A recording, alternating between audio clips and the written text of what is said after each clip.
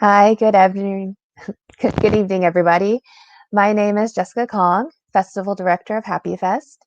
Thank you so much for joining us tonight, our opening night of our festival. It is such a pleasure to be the moderator for our first Q&A live here. And we are so honored to speak with some of our very special guests tonight. Just a reminder, this is also broadcasting live on YouTube and our Facebook page. So please, if you haven't already, share it out. Before we begin, I would also like to remind everybody that we have a very special pre-recorded Q&A with a director from A Shot Through the Wall, Amy Long. So after this live stream, you can actually go check out the pre-recorded Q&A video on the Element page. And for those that have watched the films tonight, you also know that we had some technical difficulties with Yello. So we will be rescreening it at a later date. So anybody that bought tickets for tonight, we will also comp you a ticket and share the exact screening details for you. But that has not deterred the director and our special guests from joining us tonight for the Q&A. So welcoming the director and animator for Yello, please welcome King Yasun. And also joining him is Michelle Mann, pharmacist by day and voiceover actor by night. Welcome. Hello. Hi. So I'm really excited to dive into the film with you. First of all, how did the two of you meet? Were y'all friends prior to the incident? Yeah, so Michelle and I were church friends, and then we're like in the same group, so we're kind of close. Yeah, I think I've known her for like 2 or 3 years, something like that. Something like that. Yeah, we Yeah. met at a Bible study. Oh, very cool.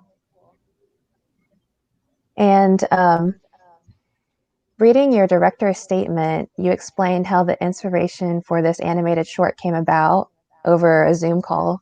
Can you please share the story with the audience? Oh yeah, for sure.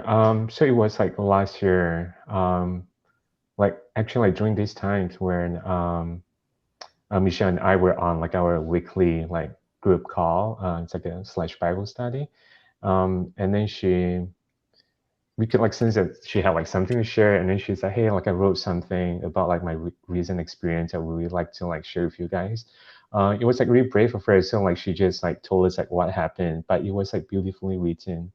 And I just remember that I had like tears like down my face just like listening to that, to her like speaking about her experience with like a lot of like kindness and goodness.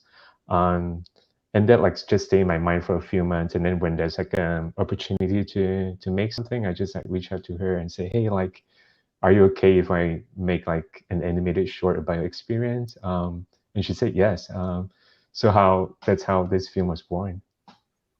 Wow, that is really brave. Michelle, with how comfortable you're sharing, do you normally write your day-to-day events, or what what made obviously I know the content itself was what made you write the story, but what actually made you share with your friends about this incident? Yeah, so I am not a writer. This is actually all new to me, nor am I a voice actor, but thank you for that. But yeah, I do journal, I guess. But anyway, after the airport incident, I was like, man, I feel like I should write these thoughts down, like kind of hash out some of my emotions and like when I'm processing through. Because this all happened like, February of 2020. So kind of before everything shut down, before like COVID was on everyone's radar and, everything else. Yeah, very early in the Afterwards. pandemic. Yeah, super early. So it's just like I felt like it was a really awkward experience at the airport, and I was like, I don't even know if I should write if I should how I don't even know how to process everything. So let me just start by writing. So I wrote this like letter to humanity, which I shared to my small group, and then King was there, and that's kind of how this all happened. And were there witnesses to the actual incident itself, or did it just happen so quickly that everybody was just kind of like, what just happened? Yeah, I know. I was trying to think back, I really don't think because it was early in the morning, like on a Tuesday morning, so the airport really wasn't that busy. There were like some people in line at the TSA checkpoint, but I don't think if anyone saw anything, I think they were more interested in their phone than what I was, all my thoughts that were going on. No, that's really interesting to, for, just you to share that, intimate story with everybody in your group, and then to King to be inspired by, making this into an animated short. Um, how much was Michelle involved in kind of your animation process as you were creating this film? Yeah, so Michelle like did like most of the writing, but like all the design and the art part, I actually did that by myself. But I did like try to get her approval. I think there was like one like afternoon when I had her over at my place to like record the voiceover, and then just kind of show her my art. Say, hey, so this is like what I designed. Like this is like you on the film. Like, are you okay with that? I remember I was like kind of nervous, and then Michelle was very supportive, and she really liked the art. So that was like a green light for me to like carry on. Yeah. No, I really enjoyed the animation, for such a serious subject, the balance of it being so bright and, a kind of more lighthearted type of animation style, I think helps, ease people into the discussion of this kind of, these kind of incidences. Um, as far as making the film, were there specific challenges that you had um, doing the animation, or, any? Yeah. That time I was actually trying to like meet this like deadline for this competition. And I remember I only had like 2 weeks to like get it done. So it was like the most stressful thing I did like last year. Because like for the first week it was just like writing with Michelle, and just trying to like get down the art concept done. And then like the second week was just like um I was like working like 12 hours like each day just to like get all the animation done by myself. And the cool thing is my youngest brother back in Malaysia, he actually did all the music track for me. So there was like a lot of back and forth about us like just trying to like make this work. And it was like his first like music project, so I was really proud of him. Yeah. Yeah, I liked the sound, the score for it as well. Hmm. Michelle, going back to you real quick, um, I know again you said that, like, the incident was so quick, but uh, do you think the daughter would have had like a different reaction if the mom didn't have a reaction to you first? Like, do you think the daughter was just kind of playing off of what her mom was feeling? Yeah, that's a good question. Possibly. And it's hard to say, but I think, as I think about my own parents and my own upbringing, we do like try to learn from them and intentionally or unintentionally learn from them and kind of follow their example.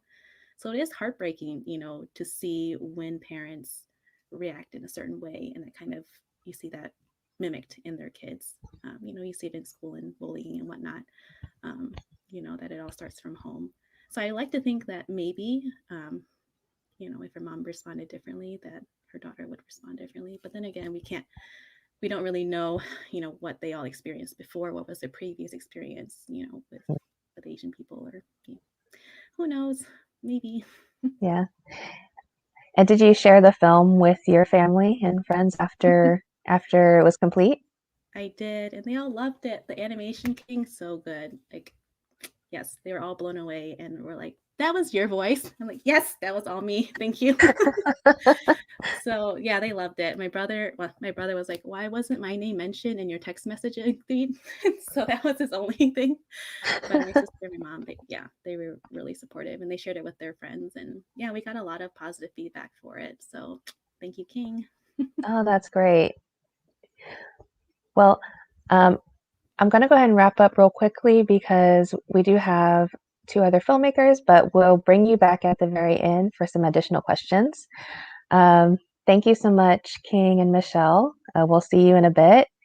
And just very quickly, audience, you can see below us we had Yello, we had the Yello Instagram. So if you haven't already, please follow, and you'll definitely get to hear about the rescreening date if you do that now. All right.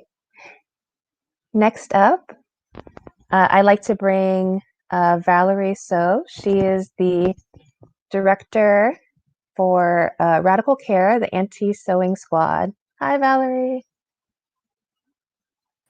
Hello. Welcome again. It's so nice to see you. Now, diving right into the film, first of all, I love how spunky and, friendly everybody on the squad was. The film was just very collaborative and, super nice. How did you first hear about the Auntie Sewing Squad? Well, I'm actually a member of the Auntie Sewing Squad, and I was one of the first people to join, but it was not really planned to be any kind of like big thing or anything.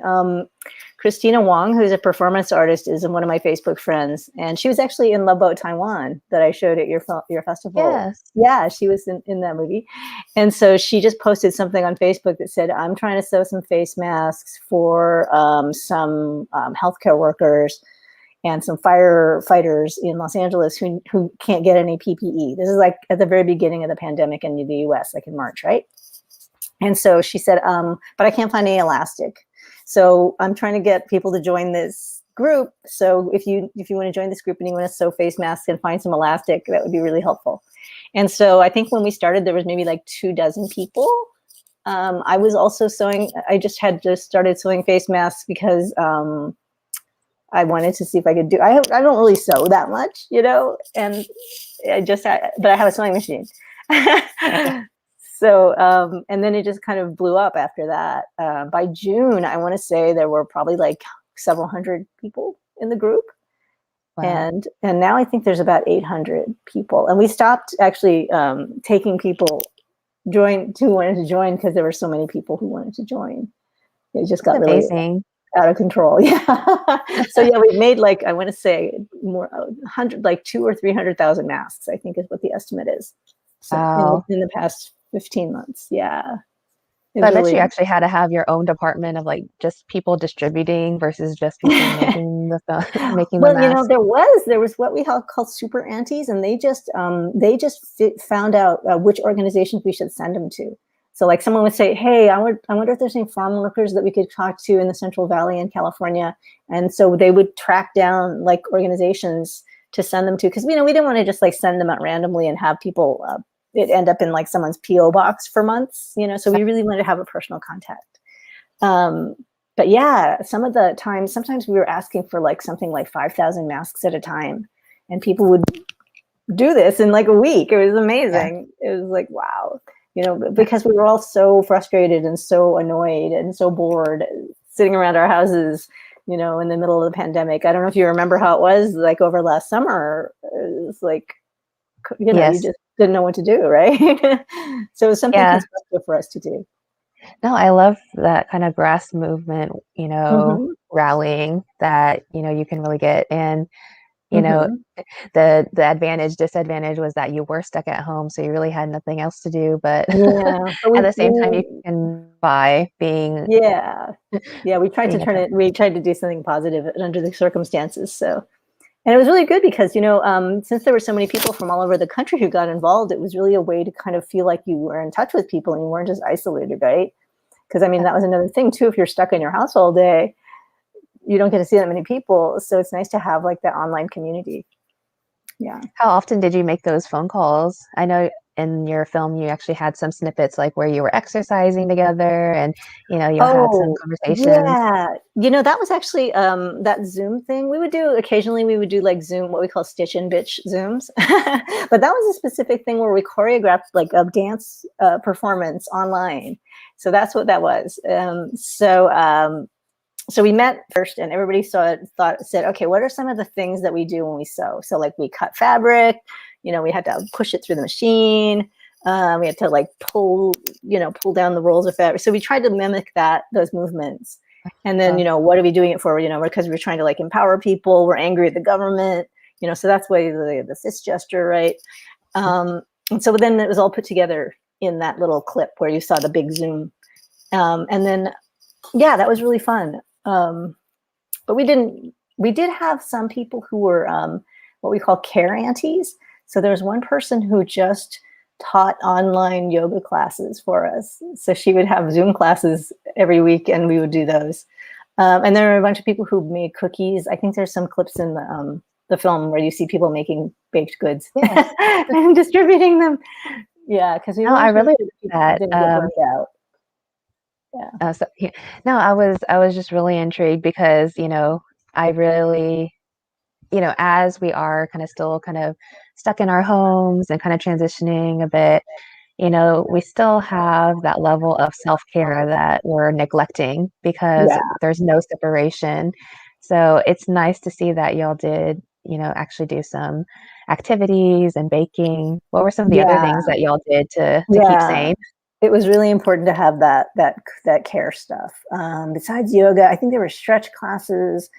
There was one person, I think the same person who did the yoga classes also she had a tea company. She would send out tea to people. Oh, I know, kind of hilarious. At one point, Christina goes to this place called the World Harvest Food Bank in LA, and they're like give out a lot of food to people. But they had gotten a big giant donation of CBD tincture that they couldn't give out to people, right? Because it was just like, it would be too weird. So they gave us all the CBD and then we mailed it out to people. They also had free beer that they got from airlines. Oh, wow. Because the airlines couldn't use all this beer, right? They had beer and like packaged coffee. So we got free Starbucks coffee and beer that we distributed all over the country to people. So funny things like that. But, and it was really kind of a way to just keep like people's spirits up, because we were, again, I think it's hard to remember how horrible it was, how dire it was for everybody. So, we were very, it was nice to have a group of people who were working towards a common goal. And then the way that I got the clips was also based on the same way we get the masks made. So I just put a post on the Facebook page and I said, can you please send me like 30-second clips minimum of like what you're sewing, you're cutting out stuff, ironing. Make sure you use horizontal orientation, right? And so, aunties just sent me all their clips on WeTransfer and then I edited them all together. Oh, that's awesome. It was amazing. I was going to ask how the actual filmmaking process was. Like how soon after joining did you actually decide, I want to make a documentary or, kind of catalog this? It was interesting. Kronos Quartet did the soundtrack and they reached out to the aunties to see if we could do some collaboration with them. So they had a song, a piece of music that they gave me. And then we kind of talked about what we were going to do. And then I solicited all these clips from the aunties and edited it together to that piece. So it was really a collaboration with Kronos, the Auntie Sewing Squad, and myself. It was like a kind of three-way thing. And then they were really great to work with. Yeah, they're super nice. Yeah. Oh, that's awesome. Yeah, we're going to try to make a longer documentary. I'm working on the fundraising for that now, and I think they're also going to do the soundtrack for that. So they're based in San Francisco, and they're very interested in social justice and so forth, and using art to try to as a form of activism. No, that's really great. So have you already started the filming? Like, are you going to actually take some pieces from the short as well, or are you actually going to do kind of a brand new documentary piece? Both. Both. I have some clips, that I didn't use in the short piece. Now that the travel is opening up a little bit more, I'm hoping I can go and actually interview some people in person. We have a book coming out about the Auntie Sewing Squad from UC Press. It's going to be released in October. So there'll be, a book tour. So I think we're going to do a book tour / retirement tour. So, we'll try to go to the different cities and film like little mini reunions of aunties since we have never really met in person. So we'll have these little parties at all the book readings and signings. That'd be so cool. Yeah, we had a gathering last weekend in New York, in in San Francisco, and for the first time meeting a whole bunch of people that I've only talked to online. But I feel like they're my best friends because we went through this giant ordeal together. Absolutely. And yeah, we've been collaborating for more than a year, so it's been really fun. Oh, So that's that's neat. yeah, it's kind of like the idea of mutual aid, or radical care, right? Same idea. Yes. And they can follow on the website when the actual book releases and when you'll be doing kind of that tour. Yeah. It's like I said, it's from UC Press, and I can't remember the full name of it. Oh, I should know this, but it's the Auntie Sewing Squad. You can just look up the Auntie Sewing Squad UC Press. Okay. Yeah, and it'll be coming out in October, and I think you can pre-order now. So we're hoping people will pre-order. Very awesome. Give me a good Christmas present. There you go. With a nice mask to accompany it. Yeah, there'll be patterns in there and recipes as well as essays. So the whole encompasses the whole experience.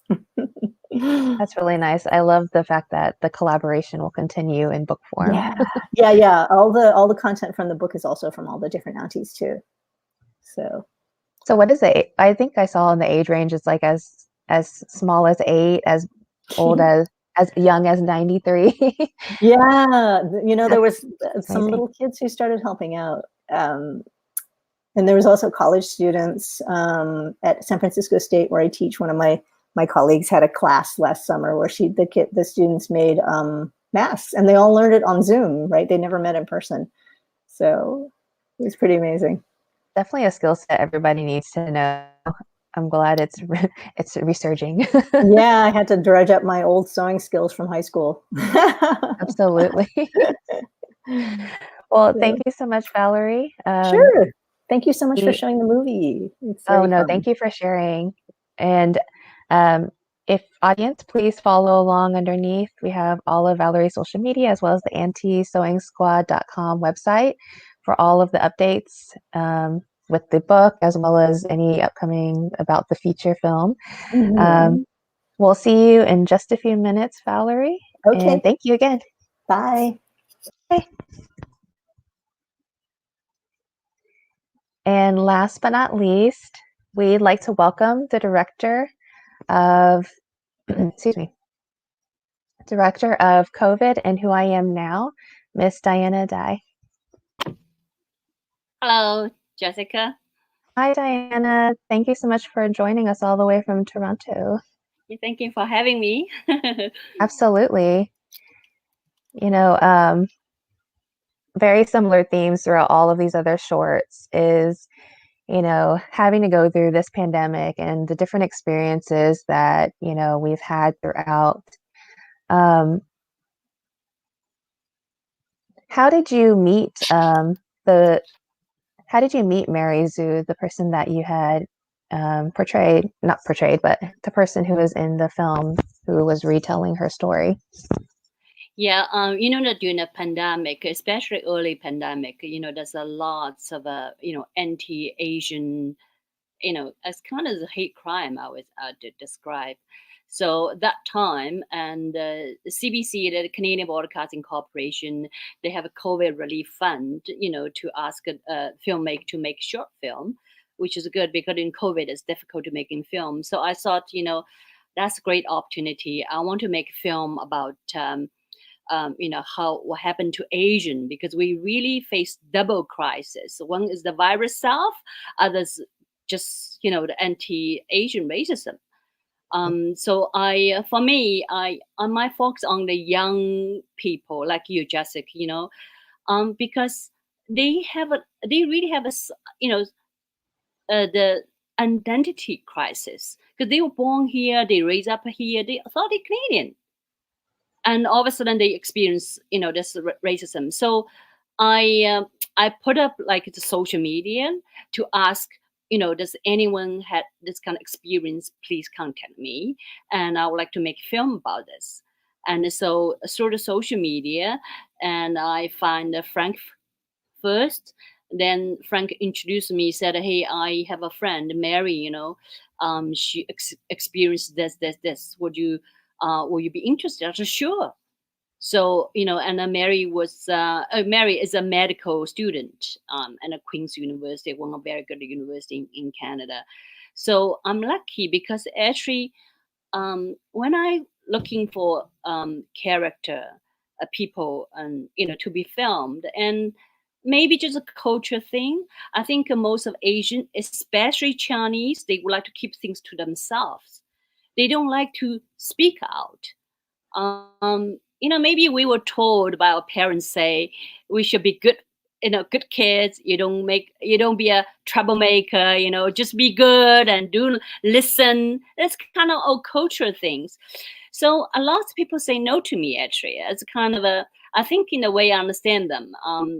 I think probably afraid if they speak out, they will become target again. So Mary, I was very lucky. So Mary just was brave enough to tell me the story. I think you make a really good point in that not only, not only is it because, or you make a good point in bringing up that not only is, Mary and Frank both Asian, but they're also Asian Canadian. And so you have that caveat of being in two different identities, as well as them being younger. I think it definitely maybe made it easier for them to speak out in a sense, because sometimes like you said, the older generation kind of tends to lean more towards, don't stir the water, don't try to, where danger may lie. But Yes. because they're so young, they haven't maybe experienced the level of prejudice that, some of our other generations have experienced in the past. And so it's still very new to them, Yeah. They don't understand that there's, there's other people that will kind of make that judgment about their appearance, So I really liked that you really highlighted that in your film. Because you talk about anti-Asian racism. You can see in the film it has existed for more than 100 years. The older days, railway workers in Canada, we have a head tax, and we don't allow Chinese women to come in this country. But it happened, like you said, it happened a long time ago. So the young people grow up in here, they always think, hey, we're Canadian, or we live in North America. For them, it's natural. They think they should receive same as treatment as the local kids. Yeah. But what happened? Pandemic really wake them up. So wow, doesn't matter. They both are university students. They both achieve a lot in their life, but they always thought, oh, if we achieve a lot, that a local will welcome us, will be accepted. But they realize it doesn't matter. How much you have achieved. Some people just judge you just based on the color of your skin. That's it. So that's very sad thing. Yeah. Yeah, I like to use the example of the question, where are you from? You hear that a lot from people like who you meet for the first time, like, oh, where are you from? And, for me, it's like, oh, well, I'm from Texas, I'm from Houston. But where are you from? Meaning like ethnically. Yeah. So And it's like, yeah. You don't get that same experience, I guess, with being a Caucasian person. And so it's interesting to see kind of, for them, it might seem like an innocent question, but it can definitely be very layered for some people. Yeah, like Mary told me was in the subway station. Yeah, some strangers approached to her, like, where you came from? He said, I'm from Toronto. No. Where you came from? And how come you speak such a good English? It just obviously that's kind of really hidden message there. Mm-hmm. Yeah. No, absolutely. Kind of taking a sidetrack to kind of your animation, your filming and animation process. Were you originally going to portray the reenactments as an animation, or was that just something that you had to kind of adopt because of the COVID restrictions? Yes, definitely because COVID. And I remember I actually one was earliest filmmaker making film in Canada. Back then was like stage one means we cannot make a film in Toronto. There's a lot of restrictions. So obviously, when the incident happened, there's no footage about this. So and I think so. I just say I definitely want to reenactment that what happened on the street, and what happened to Mary, and so that I think is the best way is animation.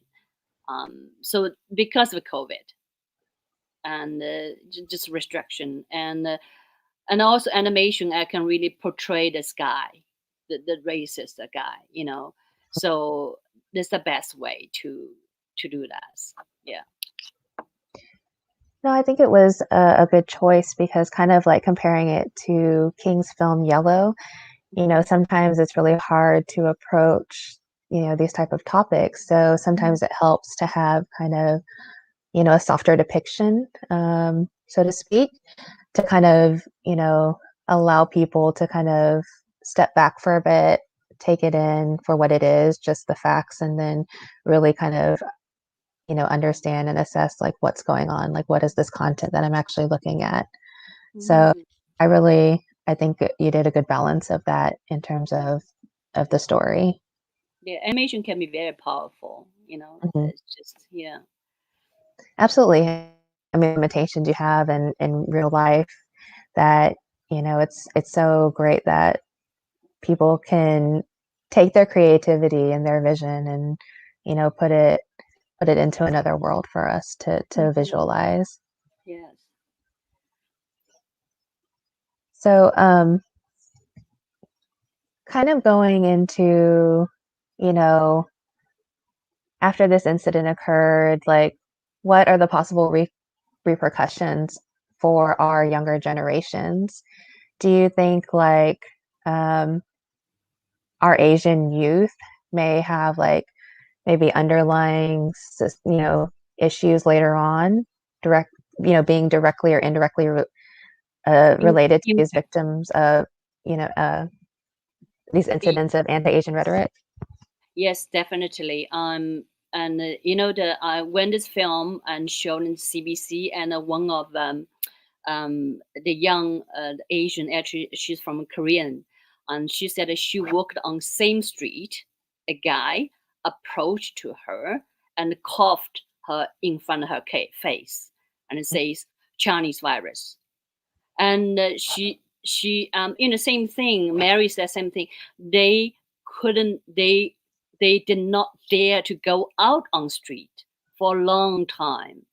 And Mary said, you know, it just she's really scarred. When I interview her, I think she was still on therapy. Um, she said I feel it's not safe. You know, I just feel like she's afraid pedestrians pass by her. And also, what is really saddening to me is like the young people's our future. But now she just feel like she will never be accepted by someone Mhm. because of color of skin. So people are, and it's just psychologically, and even still some young people, they still you know, don't want to talk about it. So I really can feel it. That's why one of the reasons I want to do, maybe I want to do a more feature documentary about it, because you need to speak out. You need to speak out. And the same as Mary said, we have to unite together. And then you speak out, then other people hear your story. They say, hey, you speak out. So I will speak out too. So people start only to speak out, and we unite together, and we just like we shout out Asian life matters too. No, absolutely. Like, kind of diving into the fact that you might be making this into a feature, will it kind of focus more on other Asian news stories and kind of maybe some more research about their like pandemic anti-Asian experiences and ways Yes. to kind of um, not say rectify it essentially, but you know, kind of like what you were saying that Mary actually had to go through therapy afterwards, like following the process and how they deal with the after effects. Because it's like it's a traumatizing experience. It's like PTSD. Yeah, Where yes. Yeah, and actually Mary's refused to watch any story like this. Because any anti after what happened to her, she refused watch the old anti-Asian news. mhm. as she just because it's something I never experienced. Only like people who experience like this, like you said, post trauma, trauma kind of a traumatic experience. So I really hope people come out. I mean, stay together. If you're alone, you won't be strong enough. So if people come out, talk about it, and together, then we can act together. Absolutely. It's we need to voice our concern. We should be acted different from our older generation. No, that's a very great point, and the way that technology is now, there's ways that you can connect with programs and resources that can, assist you with that type of care, even anonymously, so you don't have to, feel the pressure of going in person and talking with people. So there's definitely resources out there, and it's great to have stories like yours as well as King and Valerie's to kind of, show both sides of, what these like mini stories can really do in helping our community. Well, thank you so much, Diana, for giving us insight about your film. Audience, please follow Diana on her social media to get more information on her film, as well as updates about any of her other projects. And now I'd actually like to bring the other filmmakers and guests back so that we can kind of do some last minute questions with everyone. Thank you, Jessica. Thank you.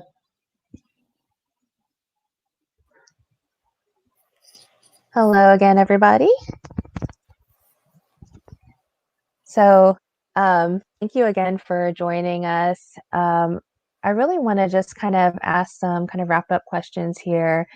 This festival's theme was about raising communities, and all of y'all showed very different caveats and ways that we can take action to raise awareness, which was your film block for our film block for this evening. What do you hope others take away from your film, and what kind of calls to action can you possibly give your audience out there on, ways to take what you visualized in the film and take it a step further?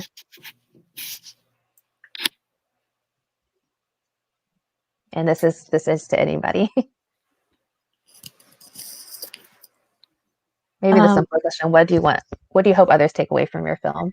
I'll say something. I think that it shows, I hope people can see that working together makes people stronger. Working with a group of people who are moving towards in the same direction and trying to achieve the same goal and trying to help out other people, it can be a really powerful thing.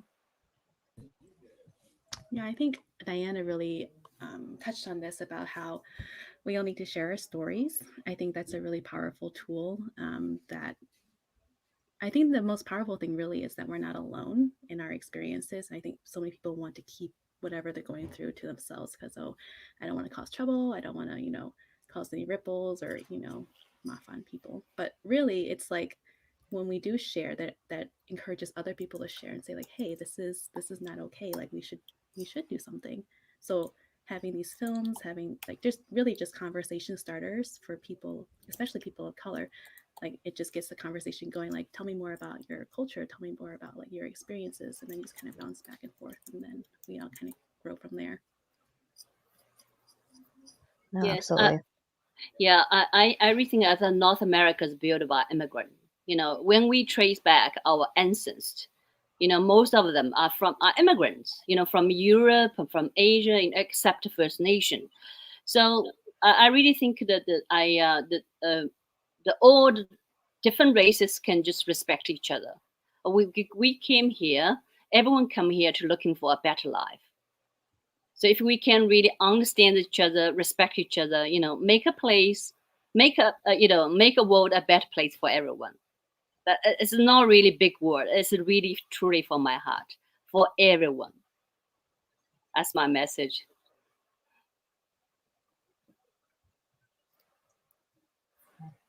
King, is there anything that you wanted to add to that, or did everybody cover everything? I think Michelle spoke really well, like for our film and kind of like for the general idea for this film block. I think it just kind of reminds me of like what I think it was a quote from Oprah. Like she said something like, "There's something very powerful about your truth," or like the truth is like the most powerful weapon you could have, or something like that. I think it's like pretty encouraging to see like us as like Asian filmmakers trying to like make something about the truth during like the worst possible years of our lives. And yeah, it's cool to think that we're not alone in this journey. Yeah. I also want to add that I think that it's important for people to know that they can push back when the government is doing something wrong. And, you know, when the Trump administration messed up so badly with the pandemic response, the anti-sewing squad really stepped up to try to correct that, because it was such a miscarriage of justice, and it was so criminally negligent of the government. So, you know, it's not like we're powerless. We really do have the power to change the world, and not to just, you know, accept our fate. Yeah, to have your voice. Not just your voice, but your power also. That's true. That's true. No, that's what we really enjoyed about all three of your films is, and even the feature tonight, it was just, you know, it summarized very succinctly what's going on with our world over the past year, and the ways and efforts that, you know, as a community, we can really band together and pull each other back up, and, you know, like you said, get our stories out there, make sure we're heard, make sure other people that may have been victimized the same way have a voice as well. If they're too afraid to speak, you speak for them. And then once they get the courage, they can speak out as well. And so I think that really just it's more of a chain reaction effect. And I think all of y'all really I'll really portray that in the best way possible. So I really hope that other people can enjoy your films as well. Where can they see it next? Are y'all also doing more festival circuits, or? So mine will be on YouTube. So. Okay. Yeah, my film is going to be part of the Kronos Festival, which is, you know, the Kronos Quartet puts on a festival, and it's free through August. So if people want to watch it there, as well as a bunch of other content. I think it's also going to be at the DC Film Festival next week, and somewhere else. I can't remember. I'm so sorry. Okay. But if we follow your social media, we'll get all the updates. Yeah, right? you'll see it there. Yeah. Yeah. So for my film Yello, next week is actually going to be shown in Japan, in one of like the largest like short film festivals in Asia, which is kind of cool. But it's kind of sad that we couldn't like go because usually they like host the director. It's like a grand event. But it's actually showing in San Francisco at the San Francisco Documentary Film Festival, I think next week too. But yeah, there's like a few more, but I'll just update them on the social media. Yeah. Which is the festival in Japan? The Shorts Film Festival in Asia. Awesome. Yeah. Well, best of luck to all of your future screenings. Very exciting to hear that other people will get to experience the same thing we did. Well, this concludes our Q&A. Thank you so much, everybody, for joining tonight. And thank you, filmmakers and guests. Thank you. Audience, again, if you'd like to hear updates about the films and the filmmakers, please join them on their respective social media handles and websites. We will also share the information on our social media, or you can also reach out to us for any additional information. So, concludes day one of HAAPIFEST. Tomorrow's film block is Raising Youth, and that will be 3 films spotlighting the various stages of motherhood, from expecting to losing them far too soon. So if you haven't already, please reserve your tickets and passes. Go to haapifest.com and have a great evening.